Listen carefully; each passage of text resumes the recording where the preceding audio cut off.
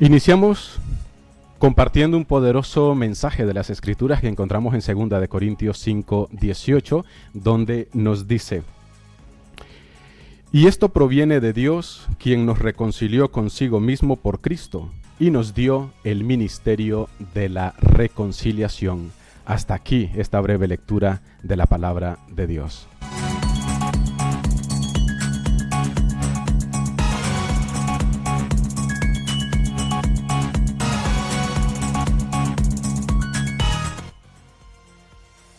Sí, quería pasar por aquí para saludaros a todos y felicitaros por esta iniciativa tan buena que habéis tenido de tener este tiempo juntos de diálogo. Se necesita mucho el diálogo y la escucha en este mundo. Como decía en su prólogo a Un mundo feliz, Aldous Huxley, necesitamos la revolución de la cordura. Y la verdad es que necesitamos mucho escucharos y escucharnos unos a otros. Así que justo eso es lo que voy a hacer yo. Felicitaros por la iniciativa y ponerme a escucharos también lo que hoy tenéis que comentarnos. Muchas gracias en nombre de la Iglesia y adelante.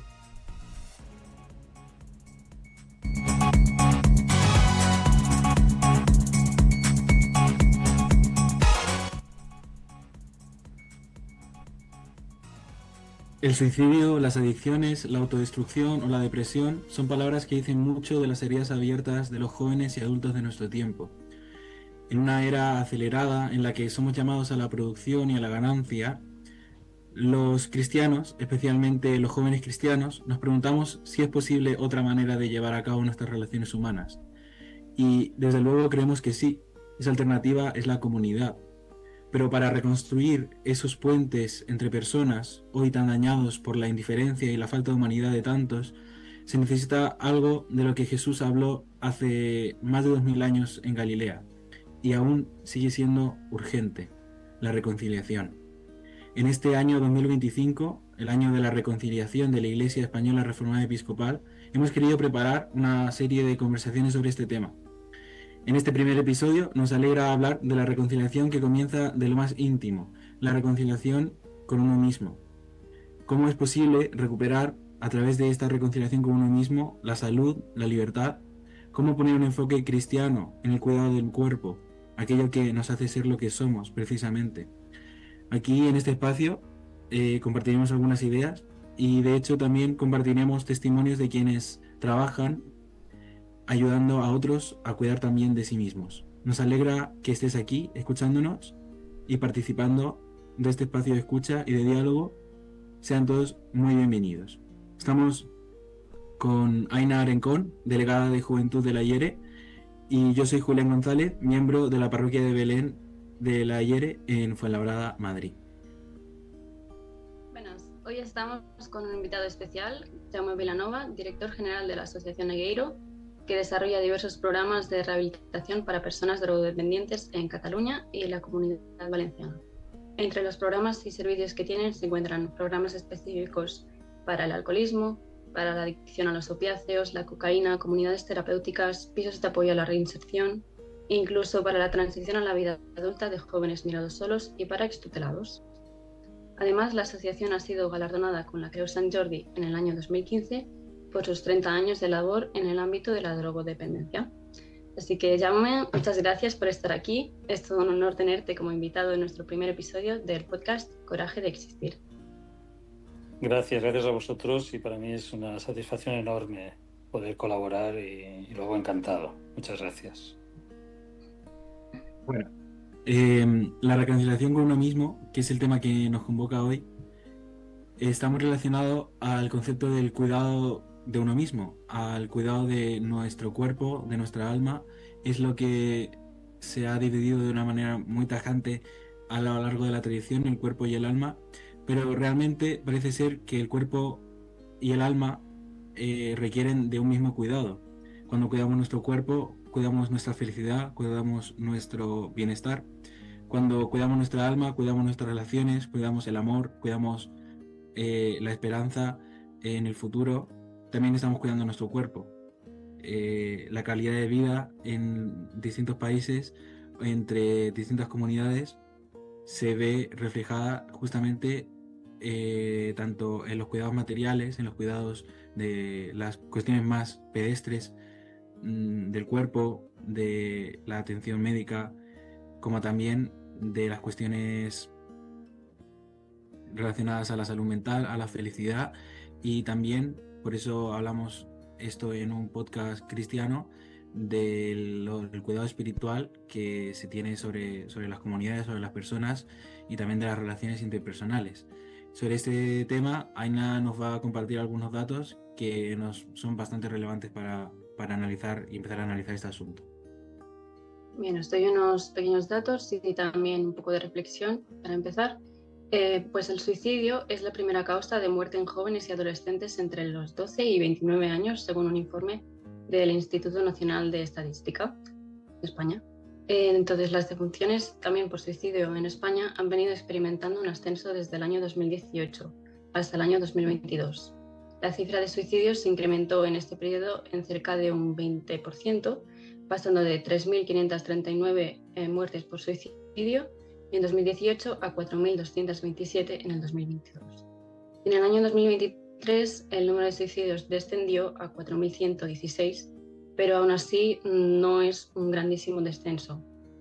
Entonces os quería preguntar, ¿creéis que es posible que este aumento se deba a la crisis que se dio por el COVID-19 y los problemas emocionales que vienen derivados del aislamiento y toda la situación que vivimos?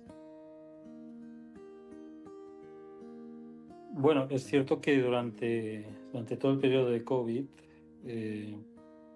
tuvimos o posteriormente al COVID, mejor dicho, tuvimos una luz de solicitudes de ingreso, ¿no? Es decir, toda la situación que se creó durante ese periodo de aislamiento no fue buena en general para el colectivo que nosotros atendemos, ¿no?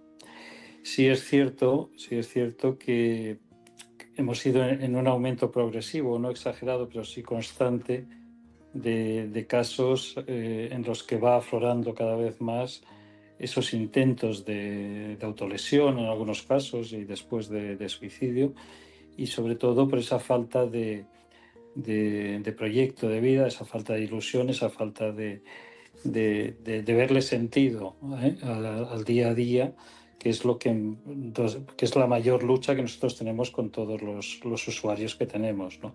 No es tanto la lucha que podamos mantener por los efectos de la adicción en sí, de la sustancia, sino la verdadera lucha es conseguir crear una ilusión, un proyecto, algo que les seduzca, algo que les motive a poder pensar que es mejor vivir sin una adicción que con una adicción.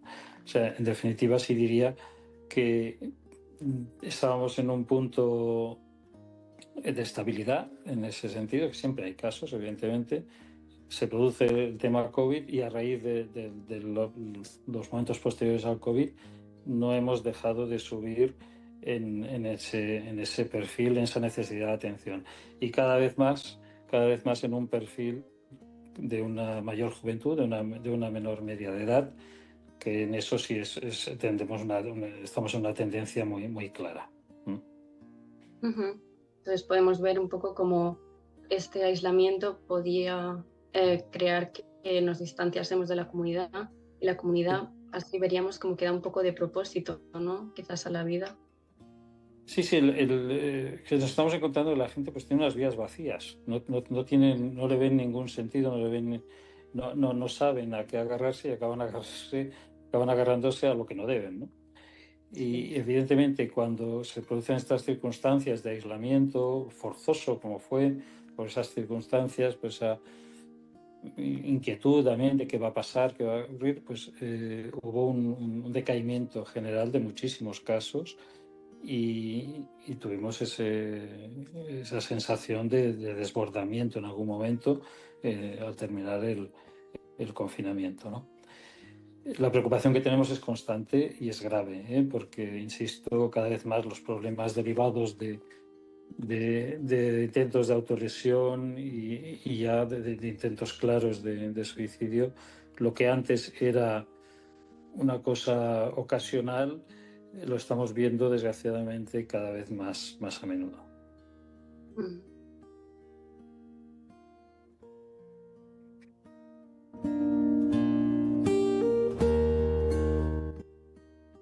En este sentido, también hay una trampa que se suele embaucar cuando hablamos del cuidado de uno mismo, y es muy frecuente, y es que tendemos a entender el cuidado de uno mismo como un intimismo absoluto, un desentenderse de los demás para centrarse en uno mismo simplemente y no descuidar incluso las relaciones con los otros. Sin embargo, en ese sentido, si hacemos eso, parece que estamos descuidando una dimensión que es también muy importante y es una de las más relevantes del propio ser humano, que es que estamos entretejidos no solo en nosotros mismos, sino que estamos entretejidos en una amplia red de interdependencias, de interpersonales que nos hacen necesarios los unos de los otros. En ese sentido, también este individualismo que recorre nuestra sociedad justamente quiere, creemos, fragmentar los lazos sociales, porque así las personas se esfuerzan menos en crear comunidades que puedan, bueno, pues promover el cuidado de las personas unos a otras, y también promover la justicia, que sin ella justamente es como se propagan mucho más las situaciones de precariedad que llevan a minar el bienestar de las personas. En ese sentido, también, bueno, también vemos en este debate como quizá un presentismo que creemos que tampoco tiene que ver lo que ocurre antes o después en la situación social en que nos encontramos. Tendemos a pensar que todo lo que importa es el presente, pero también es importante añadir tanto una proyección hacia el futuro en el sentido de las comunidades, de cómo planificamos nuestro bienestar social, y el legado, es decir, el legado que estamos dejando para el futuro, pero también el que cargamos detrás. Por eso es importante añadir esta reflexión sobre lo que sucedió en la pandemia, que es algo que nos precede, y también cómo se va a desarrollar el futuro en esta sociedad que parece cada vez más desesperanzadora, pero que, sin embargo, nosotros tenemos esta misión de la reconciliación, como dice el texto que hemos leído antes, en 2 Corintios, poseemos este ministerio de la reconciliación. Entonces, bueno, Aina, cuéntanos. Bueno, yo quería dar un poco de debate sobre una idea que yo creo que muchos jóvenes tenemos, que es que quizás puede haber un poco de contradicción en el tema del autocuidado, sobre todo para los jóvenes cristianos, que es, podemos ayudar realmente a los demás, es decir, al prójimo, aun estando mal nosotros mismos, porque normalmente los jóvenes vivimos, ¿no?, las emociones mucho más intensamente, sobre todo las adolescentes, y muchas veces nos encontramos así un poco mal y nos preguntamos, ¿realmente podemos ser útiles para los demás? Y no sé si queréis comentar un poco sobre esto. Yo creo que lo ideal es poder estar bien nosotros para poder encontrarnos en la mejor disposición para ayudar a los demás, ya que si uno no se encuentra bien, no se cuida, pues le costará más apoyar a los demás. Pero aún así no podemos siempre estar perfectos, totalmente bien, sin ningún problema, ninguna lucha. Es por eso que no nos podemos defender ni excusar justificándonos con estas problemáticas individuales que tenemos. No sé un poco qué piensas, Julián, tú como joven. ¿Te Sí, preocupan estas cosas también? o sea, justamente creo que de la manera en que ni los demás van a estar siempre bien constantemente, ni justamente uno mismo va a estar bien constantemente, quiere decir que nos necesitamos los unos a los otros. Porque cuando otra persona tenga un problema, cuando otra persona, incluso hablamos de nuestros amigos, pero hay más relaciones que tenemos en el día a día, que, bueno, aparte de la familia, pues en general las personas con las que nos encontramos en nuestras universidades, en nuestros institutos, en nuestros trabajos, en todas las instituciones o en todos los ámbitos de la vida cotidiana, estas relaciones, si no se mantienen estables, si no se entretejen, si no se reconcilian, si no se crean, nos vamos a hallar en que en un momento cuando nosotros estemos mal, no tendremos el apoyo de otra persona, y cuando otro se encuentre mal, no va a tener nuestro apoyo. Por eso es profundamente necesario promover el asunto de la reconciliación, que es lo que estamos hablando en este punto. Sí, queremos preguntar a Jaume qué opina. Bueno, en el ámbito del que nosotros trabajamos, que son las adicciones, Sí. es un ámbito complicado, yo entiendo el razonamiento que decís, pero yo en el ámbito nuestro realmente, para poder ayudar a una persona con una dependencia, uno tiene que estar más que bien. O sea, no te puedes permitir, porque estamos hablando de que una adicción cambia a la persona. El que tenemos delante no es la persona que realmente es, sino en la que se ha convertido. Entonces, he conocido, durante todos estos 40 años, he conocido tantos intentos de gente de buena fe que han intentado ayudar desde la caridad, desde la tolerancia, desde la paciencia, y que realmente no lo han conseguido. No lo han conseguido porque realmente el perfil de un adicto necesita un abordaje profesional. Es decir, una cosa es lo que es la cuestión de una dependencia de la sustancia, y otra cosa es la deshabituación de la sustancia. Deshabituar a una persona de una drogodependencia no es un trabajo de un mes, ni de dos, es un trabajo de mucho tiempo. Es un trabajo que tiene que abordar infinidad de aspectos, y quizás el que no está nunca delante es el consumo propiamente dicho, ¿no? Hay que abordar los lazos familiares, las amistades, el entorno, el ambiente laboral, el lugar donde vive, infinidad de cosas.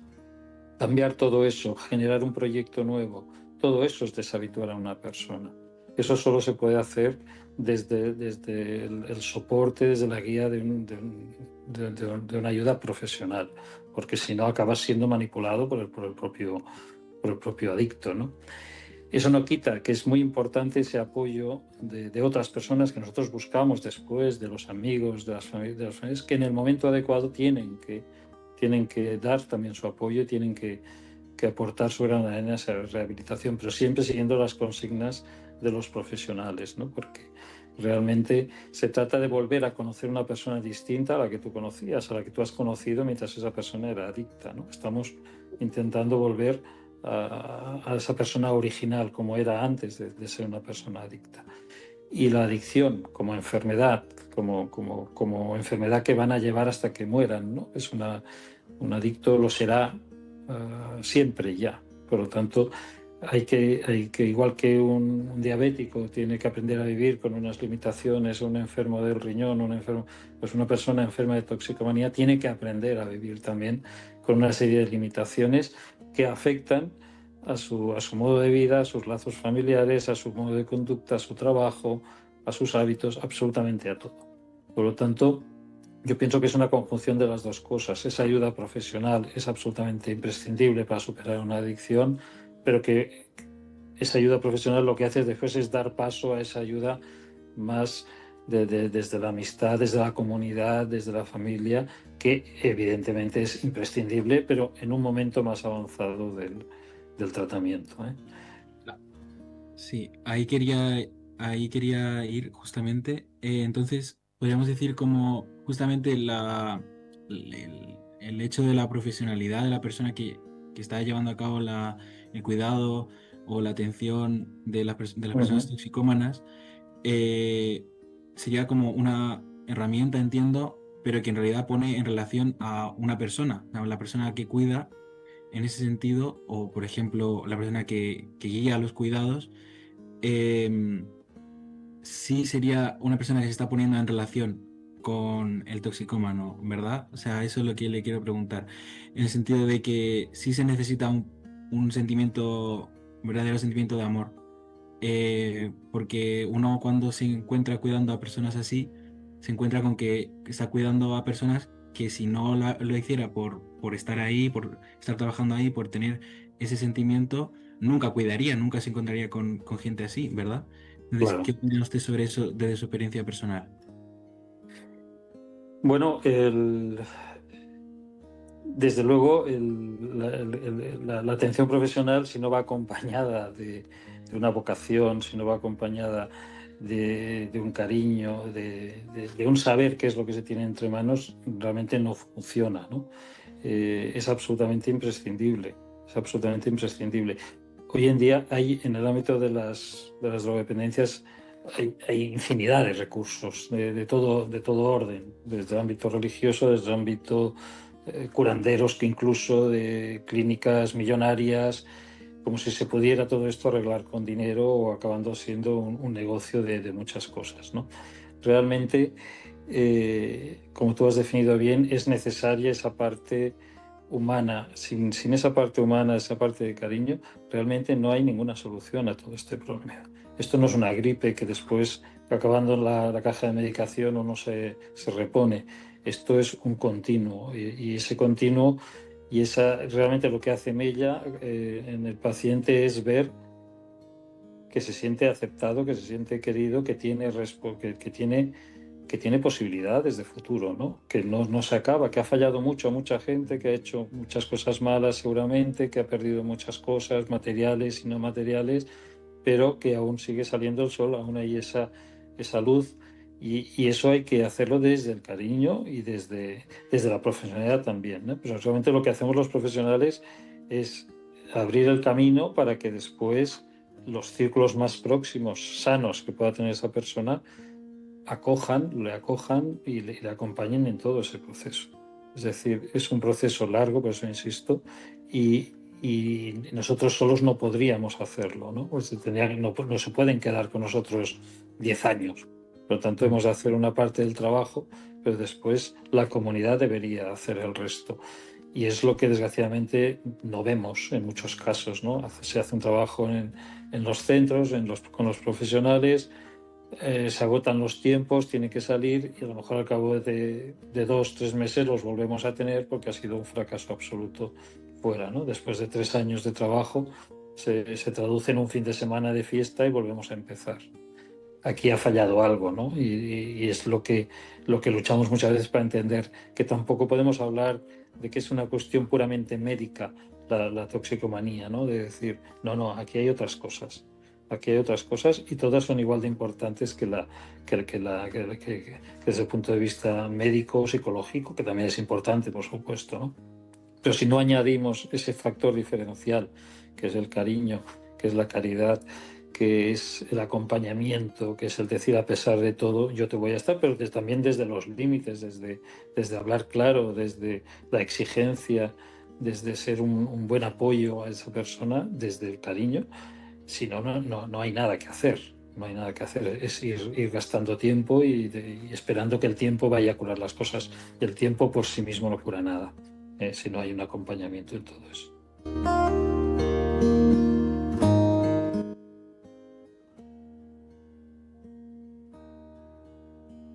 Bueno, se nos ha hecho muy corto. Teníamos muchos más temas que discutir, pero el tiempo es el tiempo y me parece que hay que ir acabándolo. ¿Te parece, Julián? Sí, sí me parece bien. La última reflexión sobre Una esto pena. es justamente lo que ha dicho él, que recuperar la salud, recuperar el bienestar, se trata finalmente de recuperar la libertad, de crear personas libres, ¿verdad? De personas que una vez estando como en esa pequeña, esa fase, que en realidad no hace toda la vida dentro de ese quizá procedimiento más duro que sea tratar intensamente la drogadicción o el asunto que se está tratando también cuando se tratan las lesiones o los trastornos eh, alimenticios o cosas así, todas las rehabilitaciones que les ocurren a las personas. Es un proceso duro, pero que se trata de recuperar la libertad. Entonces, finalmente, eso es lo que predicamos también como cristianos, que es necesario todo este asunto de también ponerse al cuidado de los demás, ponerse en el cuidado de uno mismo, ponerse en reconciliación con Dios, pero el fin último es recuperar la libertad y es ponernos en pos de ciertas virtudes, de cierto tipo de vida para ser realmente libres y no esclavos de las adicciones, de ciertos ídolos que nos alejan de estos verdaderos fines o de cualquier otra cosa que nos aleje de vivir bien, de la buena vida. Muchas gracias, Julián. Muchas gracias por esta reflexión y también muchas gracias, Jaume, por acompañarnos. Ha sido un placer tenerte. Y también, jóvenes oyentes, esperamos que hayáis disfrutado de este primer episodio del podcast Coraje de Existir y nos vemos en el siguiente. Si lo habéis disfrutado, compartidlo con otros jóvenes a través de redes sociales o con vuestra parroquia. Y nada más, gracias y hasta la próxima. Gracias a vosotros. Hasta luego.